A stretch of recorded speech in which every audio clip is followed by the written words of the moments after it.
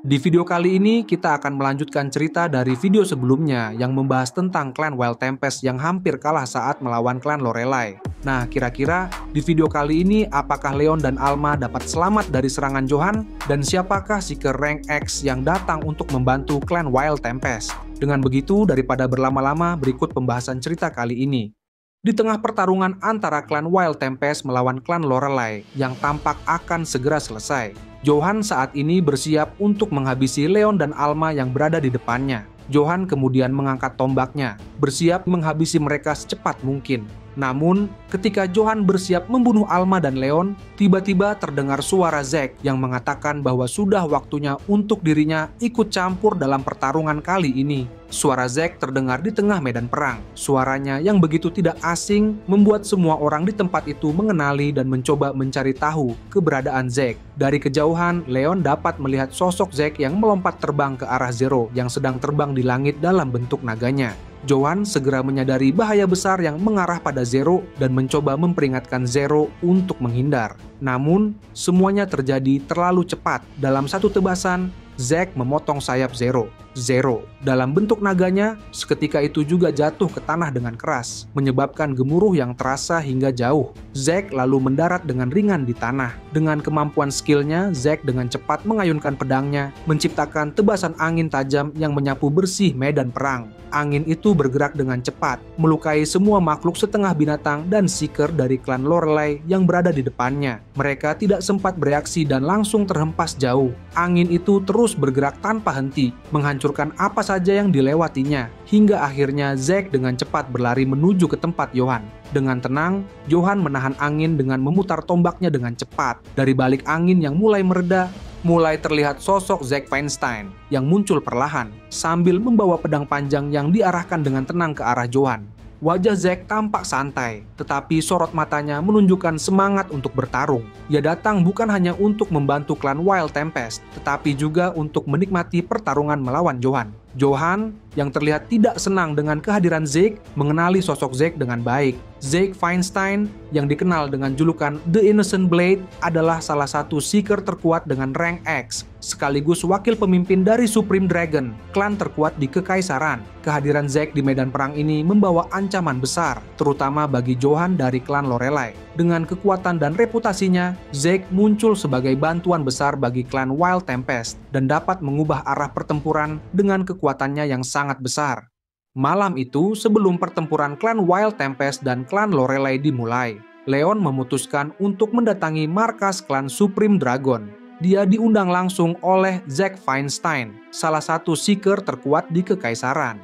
Sebelumnya, Leon sudah berhasil merekrut klan Mirage Triad sebagai tentara bayaran untuk melawan klan Lorelei. Meski begitu, peluang kemenangan klan Wild Tempest tetap kecil. Mereka membutuhkan kekuatan tambahan. Tetapi Leon tahu, tidak banyak pihak yang bisa dipercaya dalam situasi ini. Setelah berpikir panjang, Leon memutuskan untuk mengambil pendekatan yang berbeda. Dia memilih untuk tidak meminta bantuan klan lagi, melainkan hanya kepada satu orang, yaitu Zack Feinstein. Zack dikenal sebagai sosok yang kekuatannya jauh melampaui sebuah pasukan penuh. Walau Leon belum pernah bertemu langsung dengannya, dia tahu Zack punya hubungan dekat dengan Noel. Sebagai bukti, Zack pernah mengizinkan Noel menggunakan namanya untuk mengadakan simposium. Dari pengamatan Leon, hubungan mereka bukan sekadar persahabatan biasa, melainkan menjalin kerjasama, mirip dengan cara Noel bekerja sama dengan Pinocchio. Leon juga memahami bahwa Noel adalah sosok yang penting bagi Zack. Kekalahan klan Wild Tempest berarti reputasi Noel juga akan hancur, sesuatu yang pasti ingin dihindari oleh Zack. Dengan keyakinan ini, Leon mengirim tawaran bantuan kepada Zack secara rahasia. Balasan dari Zack tidak butuh waktu lama. Dia memanggil Leon ke markas klan Supreme Dragon untuk memberikan jawaban. Ketika Leon tiba, dia mendapati dirinya berada di ruang tamu yang megah. Suasana di sana sangat serius. 3 pemimpin utama Supreme Dragon hadir, yaitu Sharon Valentine, Zack Feinstein, dan Victor Krauser. Sharon, sebagai orang ketiga di klan itu, langsung melontarkan kritik tajam kepada Leon. Dia menyebut upayanya mencari bantuan dari klan lain merupakan tindakan yang memalukan. Sementara itu, Victor Krauser, pemimpin klan yang dikenal sebagai The Beginning One, duduk dengan tenang. Dengan rambut emas yang disisir ke belakang dan tubuh berotot, Victor memancarkan wibawa luar biasa meski usianya hampir 60 tahun. Dari balik kacamatanya, mata emas Victor memandang Leon, seolah menilai apakah dia layak mendapatkan bantuan dari klan Supreme Dragon atau tidak. Leon merasa tidak punya harapan karena dikelilingi oleh petinggi klan Supreme Dragon. Di ruangan itu, hanya Victor dan Leon yang duduk. Zack dan Sharon tetap berdiri, seperti siap menyerang Leon kapan saja. Jika Leon menunjukkan niat buruk, dia mungkin akan kehilangan nyawanya. Leon bertanya-tanya apa yang sebenarnya direncanakan oleh Zack. Mengundangnya ke rumah klan adalah satu hal, tetapi mengapa melibatkan Sharon dan Victor? Apakah ini cara Zack untuk menyingkirkannya? Jika memang begitu, mengapa harus mengundangnya ke tempat ini? Leon melirik Zack sekilas, mencoba mencari tahu apa yang dipikirkannya. Namun, Zack tetap menunjukkan ekspresi percaya diri seperti biasanya. Victor, yang duduk santai, mulai berbicara. Dia menjelaskan bahwa Zack sudah memberitahunya tujuan Leon datang. Menurut Victor, klan Lorelei memang berbahaya. Jika klan itu terus menyebabkan kehancuran, mereka harus dihentikan. Tetapi Victor mengingatkan bahwa klan Supreme Dragon bukan pihak militer atau polisi kekaisaran. Mereka adalah Seeker dan hanya bertindak jika ada perintah dari pemerintah kekaisaran. Selain itu, Victor menegaskan bahwa masalah ini adalah urusan pribadi Leon karena klan Lorelei mengincar klan Wild Tempest. Tetapi ketika Leon mencoba memberikan pendapat, Zack tiba-tiba mengarahkan pedangnya ke leher Leon. Pedang itu tidak membunuhnya, tetapi memberikan luka kecil yang membuat setetes darah menetes dari lehernya. Leon terdiam, sementara Zack dengan tegas mengatakan bahwa Leon tidak diizinkan berbicara tanpa izin darinya. Berada di situasi yang mulai rumit, Leon sadar bahwa jika dia melakukan sesuatu yang tidak diinginkan, Zack bisa saja akan langsung membunuhnya. Victor kemudian memandang Leon dengan penuh pertimbangan. Dia tahu Leon hanya ingin meminta bantuan Zack, namun bagi Victor, masalahnya lebih rumit. Zack adalah wakil klan mereka. Jika Zack bertindak, itu berarti klan mereka akan dianggap memihak klan Wild Tempest. Victor mengingatkan bahwa bekerja sama dengan klan lain bukanlah hal baru bagi mereka. Namun, kasus Wild Tempest berbeda. Victor berbicara dengan nada tegas. Dia tidak mempermasalahkan Leon menghubungi Zack secara langsung, karena itu adalah keputusan Zack. Tapi Victor keberatan dengan hadiah 30 miliar vil yang ditawarkan Leon. Baginya, uang sebesar itu bukanlah masalah, tapi tawaran itu datang dari klan baru seperti Wild Tempest. Jika diketahui bahwa klan Supreme Dragon bertindak hanya karena imbalan uang, reputasi mereka akan rusak. Victor menekankan bahwa mereka bertindak berdasarkan prinsip, bukan karena uang. Setelah berbicara, Victor memberi isyarat kepada Zack. Kemudian Zack menurunkan pedangnya dari leher Leon, dan suasana mulai sedikit mereda. Victor kemudian mempersilahkan Leon untuk berbicara jika ingin menjelaskan sesuatu. Leon menatap Victor dengan serius dan mulai berbicara. Dia setuju bahwa uang bukan segalanya, tetapi menurutnya Victor juga tidak sepenuhnya benar. Leon merasa pernyataan Victor terdengar sombong. Menurut Leon, pada dasarnya dunia berputar di sekitar uang. Orang-orang tidak bisa hidup tanpanya. Dengan menetapkan harga, Leon ingin menunjukkan ketulusannya dan memastikan tidak ada maksud tersembunyi di balik tawarannya. Jika Victor ingin menolak tawaran itu, Leon tidak masalah. Namun, Leon menambahkan bahwa Victor hanya bisa membuat keputusan seperti itu karena tidak mengalami kesulitan apapun. Leon berbicara dengan jelas dan tanpa ragu. Dia mengakui bahwa dirinya bertindak kurang pantas sebelumnya dan siap menerima kesalahan itu. Tapi Leon merasa kesal karena harus mendengar ceramah panjang di bawah ancaman. Baginya, itu adalah penghinaan yang sulit diterima meskipun dia tahu posisinya tidak menguntungkan. Sharon yang merasa kesal dengan perkataan Leon langsung mengarahkan pistol ke arah Leon dan memperingatkannya untuk menjaga ucapannya. Tapi Leon tidak menunjukkan rasa takut. Dia malah terlihat marah karena merasa diremehkan. Dengan suara tegas, dia menyindir cara mereka menangani orang yang berbeda pendapat dengan mengandalkan kekerasan. Leon mempertanyakan, apakah ini benar-benar cara orang-orang terkuat di kekaisaran bertindak? Ucapannya membuat Sharon terkejut, tapi Leon tetap tidak mundur. Dia yakin, jika perkataan Victor benar, Sharon tidak perlu memakai kekerasan. Dengan percaya diri, Leon berkata dia akan pergi jika terus diperlakukan tidak baik. Sebagai wakil klan Wild Tempest, Leon merasa punya harga diri yang harus dijaga. Dia tahu kalau dia membiarkan dirinya diintimidasi, seluruh klannya akan diperlakukan sama. Leon merasa bertanggung jawab untuk memastikan itu tidak terjadi. Mendengar perkataan dari Leon, Sharon bertanya apakah Leon sadar dengan konsekuensi tindakannya. Leon tertawa kecil, menganggap bahwa Sharon sendiri yang memulai masalah ini. Dia tidak berniat benar-benar melawan, tapi mengangkat senjata adalah cara untuk menunjukkan bahwa dia menolak tunduk pada kekerasan mereka. Kalau mereka menyerangnya, Leon sudah siap melarikan diri dengan segala kemampuannya. Dalam pikirannya, dia tahu bahwa berlama-lama di tempat ini hanya membuang-buang waktu. Zack yang mendengar perdebatan Leon dan Sharon tiba-tiba tertawa terbahak-bahak. Dia menyebut Leon sebagai seorang oportunis, tetapi sekaligus memuji keberaniannya. Zack memahami mengapa Noel memilih Leon sebagai orang kedua di Wild Tempest. Kemudian Zack memberitahu niatnya untuk membantu Wild Tempest. Dia kemudian menoleh ke arah Victor untuk meminta persetujuan. Mendengar hal itu, Sharon terkejut dan berusaha meminta penjelasan lebih lanjut. Zack menjawab dengan tenang bahwa sejak awal dia memang berencana membantu klan Wild Tempest. Dia mengungkapkan adanya hubungan kerjasama dengan Noel yang memerlukan Wild Tempest untuk mendapatkan tempat di Regalia agar rencananya berjalan lancar. Meski Zack tidak memberikan detail tujuannya, dia menegaskan bahwa semuanya dilakukan demi kebaikan bersama. Victor tampak tidak terkejut. Dia menyadari bahwa rencana ini sudah lama dirancang oleh Zack. Dia bahkan menambahkan bahwa Leon telah menunjukkan keberanian dan berhasil membuat Victor kalah dalam perdebatan. Meski begitu, Victor tetap mempertanyakan manfaat tindakan Zack bagi kelompok mereka. Dengan penuh percaya diri, Zack meyakinkan bahwa bantuannya akan membawa perubahan yang menarik. Akhirnya, Victor memberikan izin kepada Zack, tetapi dia mengingatkan bahwa kebebasan itu harus disertai tanggung jawab besar. Zack menerima nasihat itu dengan hormat dan membungkuk di hadapan Victor. Sementara itu, Sharon yang terlihat semakin frustrasi dengan pembicaraan itu meninggalkan ruangan dengan marah. Dia menutup pintu dengan keras, menunjukkan rasa kesalnya. Leon merasa sedikit bersimpati pada Sharon, tetapi perhatian Zack sudah beralih kepadanya. Dengan senyum lebar, Zack mengajukan syarat kepada Leon. Dia berkata bahwa meskipun dia akan membantu Wild Tempest, dia tidak akan ragu meninggalkan mereka jika pertempuran menjadi membosankan baginya. Leon menerima syarat itu. Dia tahu bahwa Zack tidak berniat mempermudah jalannya pertempuran. Keputusan untuk memanfaatkan kekuatan Zack bergantung pada kemampuan Wild Tempest dalam menghadapi klan Lorelei.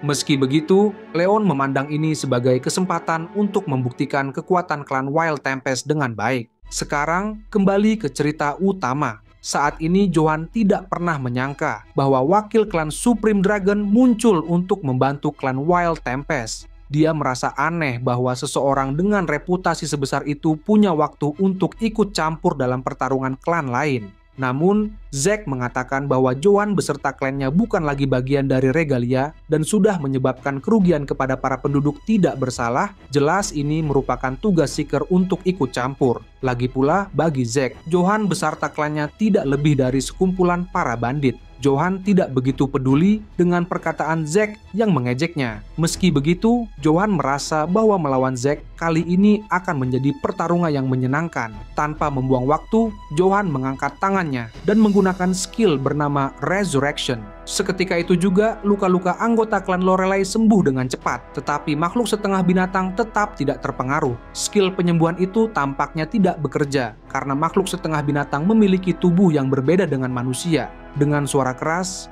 Johan memerintahkan anggota klannya untuk mundur dan tidak bergerak sampai dia memberi aba-aba. Anggota klan, termasuk Zero yang sudah kembali ke wujud manusianya, segera mematuhi perintah itu. Di sisi lain, Zack tetap tersenyum. Dia memuji langkah Johan sebagai keputusan yang cerdas, tapi dia menegaskan bahwa tidak ada satupun anggota klan itu yang bisa menghentikannya. Zack juga memberi perintah kepada Leon, mengatakan bahwa dia tidak punya waktu untuk mengawasi klan Wild Tempest. Leon, meski merasa tersinggung, tetap memerintahkan semua Seeker untuk mundur. While Tempest dan Mirage Triad bergerak menjauh dari klan Lorelei. Dalam perjalanan, mereka menemukan Wolf yang terluka. Koga segera menolongnya. Saat itu, Koga bertanya kepada Leon apa yang sebenarnya terjadi. Leon menjelaskan bahwa dia telah mempekerjakan Zack sebagai tentara bayaran tambahan dan menyerahkan sisanya kepada Zack. Di belakang mereka, Alma berjalan tanpa suara. Ekspresi di wajahnya menunjukkan ketidakpuasan yang jelas. Namun, kenyataannya adalah tanpa Zack, mereka semua mungkin sudah tewas. Setelah semua klan mundur, Zack dan Johan perlahan melangkah maju. Mereka mendekati satu sama lain, bersiap untuk pertempuran yang akan segera dimulai. Zack melihat bahwa Johan memiliki kemampuan untuk menggunakan berbagai skill dari banyak kelas yang berbeda. Selama ini Zack telah mengawasi Johan dari jauh. Zack merasa lebih menarik jika kemampuan itu dapat ia ketahui. Kemudian Zack segera mengangkat pedangnya untuk menghadapi serangan Johan. Johan kemudian menyerang dengan skill Javelin Rain, menciptakan banyak tombak di langit yang kemudian menembak ke arah Zack dengan cepat. Sebagai serangan balasan, Zack menggunakan skill Air Slash dan memanfaatkan Brave Aura yang menyelimuti tubuhnya sebagai sumber kekuatannya. Sebagai seorang Master Swordsman, sebuah subkelas dari X-Rank Swordsman, Zack mampu mengubah energi sihir menjadi aura serangan.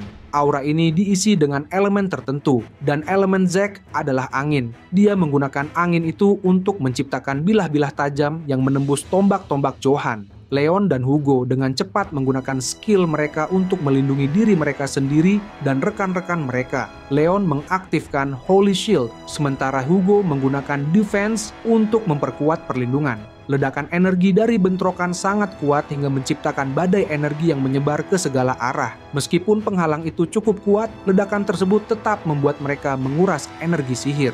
Hugo berdiri di samping Leon. Dia merasa terkejut dengan kekuatan luar biasa yang ditampilkan dalam pertempuran itu. Dalam pikirannya, Hugo yakin bahwa Johan Icefeld telah mencapai rank X, sebuah tingkatan yang hanya bisa dicapai oleh sedikit orang dengan kemampuan luar biasa. Berbicara mengenai masa lalu Zack, sejak kecil Zack tidak pernah tunduk pada orang lain.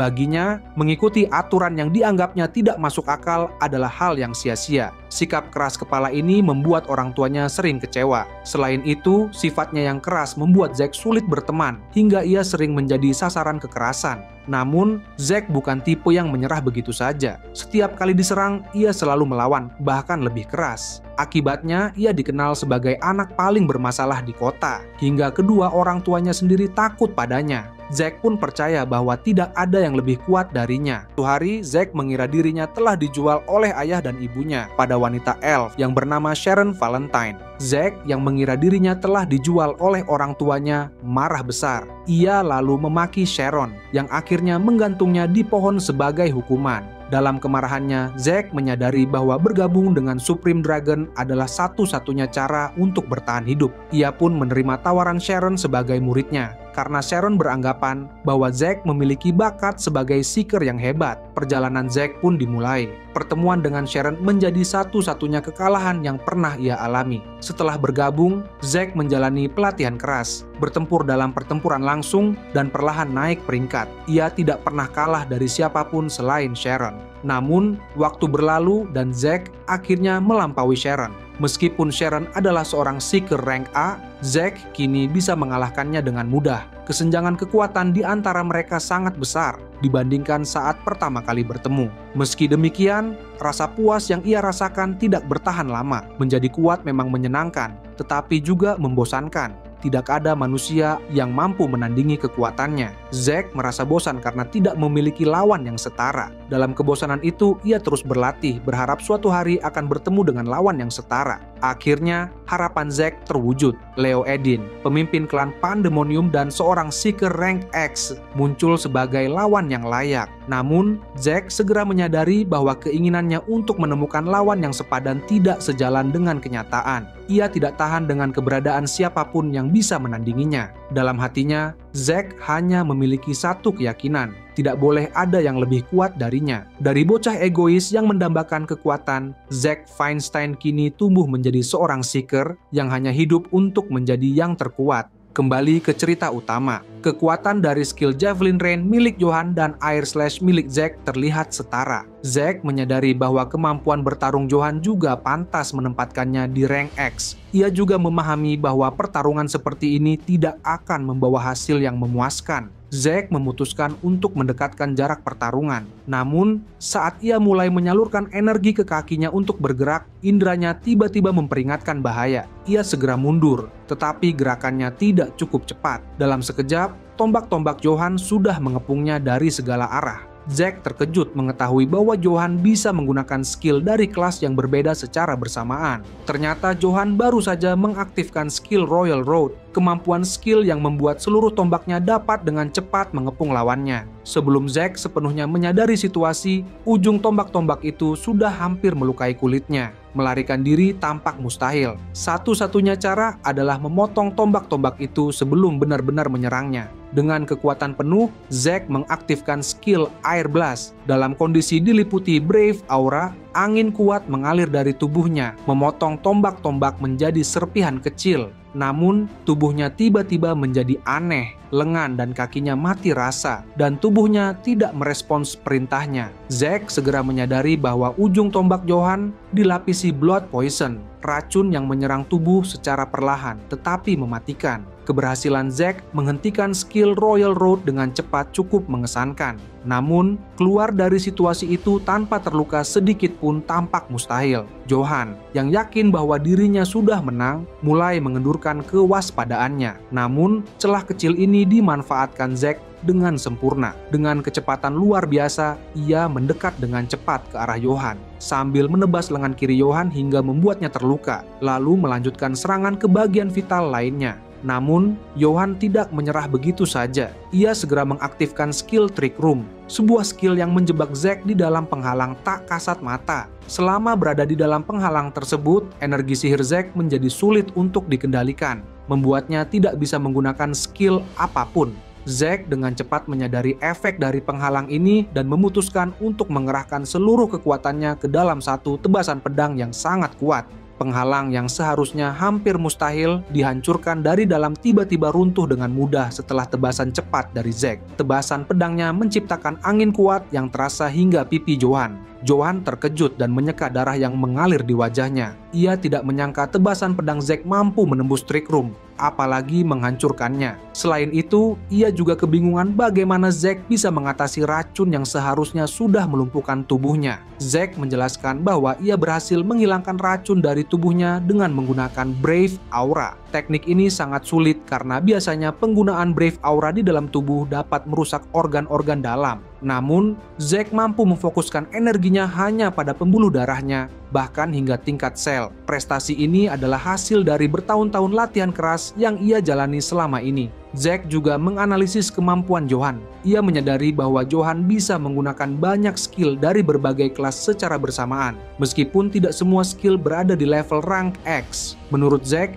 Johan memanfaatkan skill-skill itu dengan baik, tetapi beberapa di antaranya terlihat kurang akurat atau tidak sepenuhnya cocok untuknya.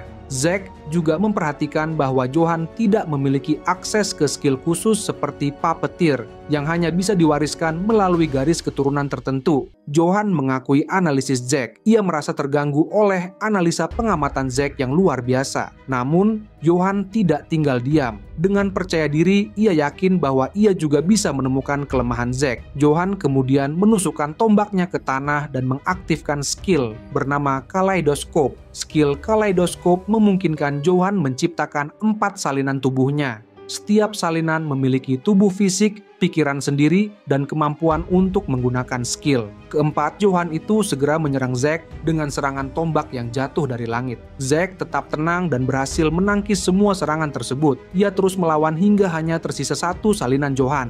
Kemudian Zack pun bersiap untuk menebas Johan yang tersisa dengan serangan pedangnya. Namun, pada saat itu, Zack menyadari sesuatu yang tidak beres. Johan yang ia lawan ternyata hanyalah salinan palsu. Johan yang asli telah menghilang. Zack memindai sekeliling dengan hati-hati, tetapi suara tawa Johan yang berasal dari langit membuatnya sadar bahwa Johan telah menggunakan skill Death Apostle, Vanish. Johan memanfaatkan momen saat ia membelah diri untuk menghilang. Zack semakin marah. ia merasa dipermainkan oleh trik-trik Johan yang licik. Meskipun demikian, Zack tetap fokus dan bertekad untuk tidak membiarkan Johan lolos begitu saja. Zack yang marah segera mengaktifkan skill Air Burst, menciptakan rentetan tebasan udara tajam yang meluncur ke segala arah. Baginya, serangan area seperti ini dirancang untuk menyerang apapun yang ada di sekitarnya. Di sisi lain, Johan memanfaatkan kesempatan itu untuk mengaktifkan skill X Invincible, sebuah kemampuan bertahan luar biasa yang memantulkan semua serangan yang datang.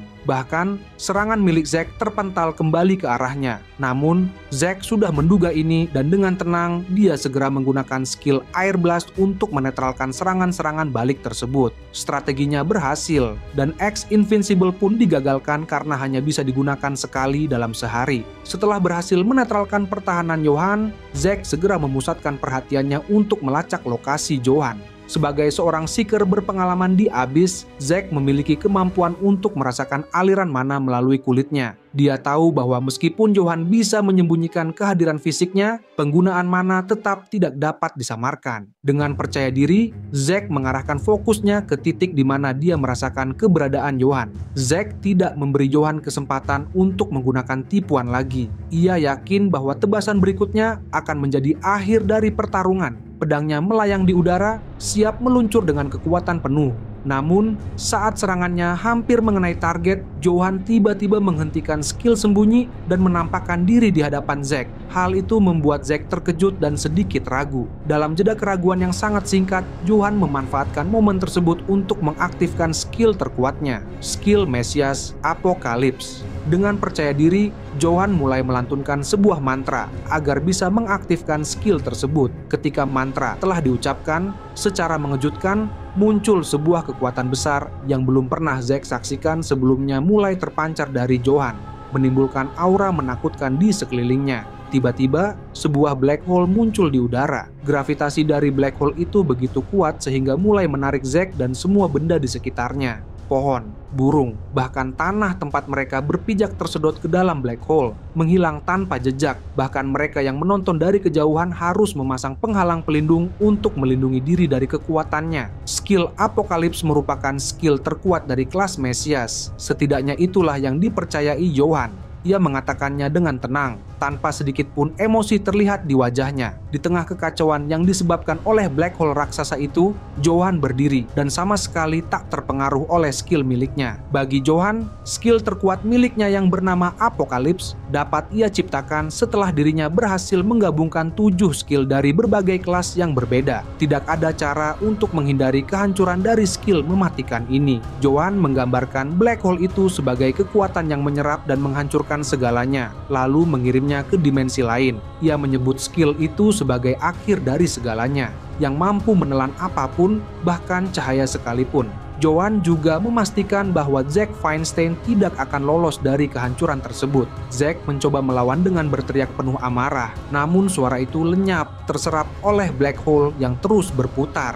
Johan tidak peduli dan malah melanjutkan penilaiannya terhadap Zack. Menurutnya, Zack kurang pengalaman melawan lawan yang jauh lebih kuat. Ia memperhatikan bahwa Zack hanya berkembang dengan memenangkan pertarungan yang sudah ia yakini bisa dimenangkan. Tapi ketika keadaan berbalik, Zack tidak memiliki kreativitas atau strategi untuk bertahan. Johan merasa hal ini sangat disayangkan. Ia percaya bahwa dengan lebih banyak pengalaman, Zack mungkin suatu hari akan menjadi lebih kuat darinya. Namun, di saat ini, Zack tetaplah kalah telak. Dengan penuh kepastian, Johan menyimpulkan bahwa kekalahan Zack adalah sesuatu yang tidak bisa dihindari. Johan kemudian mengangkat kedua tangannya dan mulai melantunkan mantra dan memperkuat energi dari black hole yang mengerikan itu. Setiap mantra yang diucapkan Johan membuat black hole itu semakin besar dan tarikan gravitasi semakin kuat. Akhirnya, Johan mengakhiri mantra itu. Dengan kedua tangannya ditempelkan di dadanya, ia memusatkan seluruh kekuatannya. Dalam sekejap,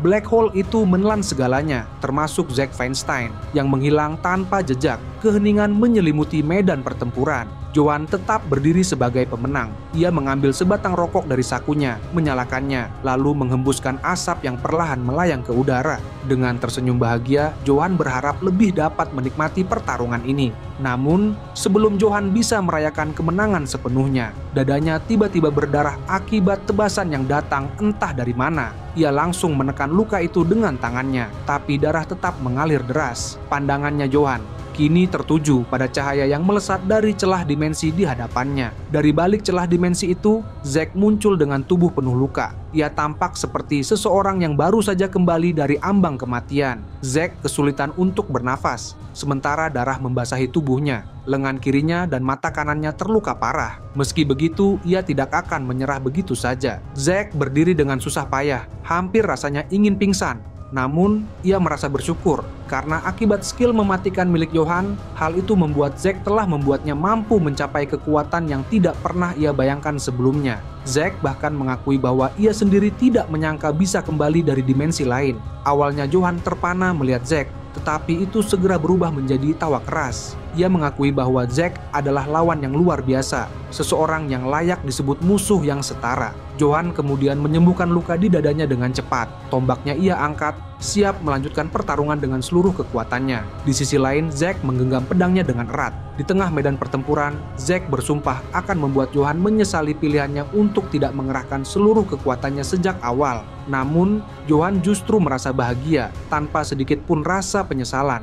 Mereka saling menatap dan bersiap menghabisi satu sama lain. Pertarungan mereka pun dimulai kembali, menciptakan kehancuran di mana-mana. Setiap gerakan dan serangan menghasilkan gelombang energi dahsyat, seolah-olah para dewa sedang bertarung. Dari kejauhan, Leon dan yang lainnya hanya bisa berlindung, memastikan mereka tetap hidup di tengah guncangan hebat. Meskipun belum ada korban jiwa, tidak ada yang tahu apa yang akan terjadi selanjutnya ketika dua kekuatan besar itu terus bertarung tanpa henti. Pertarungan yang berlangsung di medan itu sudah melebihi batas manusia. Alma, dengan suara penuh amarah dan frustrasi, menyadari bahwa ini bukan lagi pertarungan yang bisa mereka menangkan. Leon pun merasakan hal yang sama. Meski ia telah mempekerjakan Zack, ia tidak pernah menyangka perbedaan kemampuan mereka akan sejauh ini. Wild Tempest dan Mirage Triad hanya berusaha bertahan di tengah kehancuran. Dalam situasi ini, manusia seolah mustahil melawan kekuatan dewa. Di tengah perasaan bersalah, Leon berusaha meminta maaf kepada semua orang karena telah melibatkan mereka.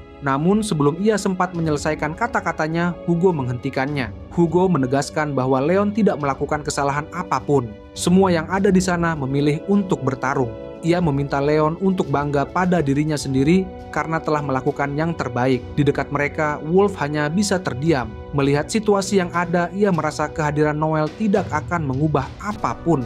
Koga, di sisi lain, tidak setuju. Ia yakin jika Noel ada di sana, ia pasti akan menemukan cara untuk mengalahkan Zack dan Johan. Sementara itu, Licia yang terluka tetap berbicara dengan nada ceria. Ia merasa Noel memiliki kemampuan untuk menang, bahkan dalam situasi yang tampak mustahil. Meski ia sendiri tidak tahu bagaimana cara Noel melakukannya, Licia tetap yakin pada kemampuan Noel. Sambil menggaruk kepalanya, ia secara tak sengaja melihat ke langit dengan ekspresi terkejut. Sesuatu yang tidak terduga menarik perhatiannya. Saat itu, Licia mengatakan bahwa Noel telah tiba.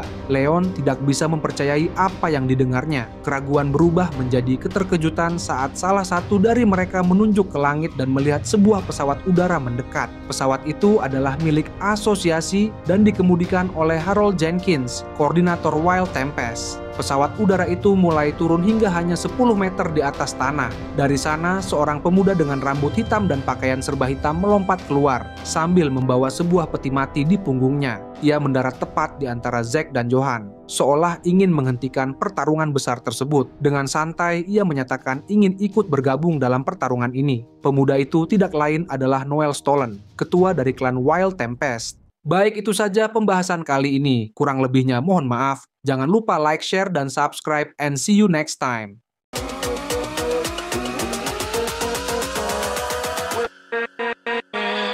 With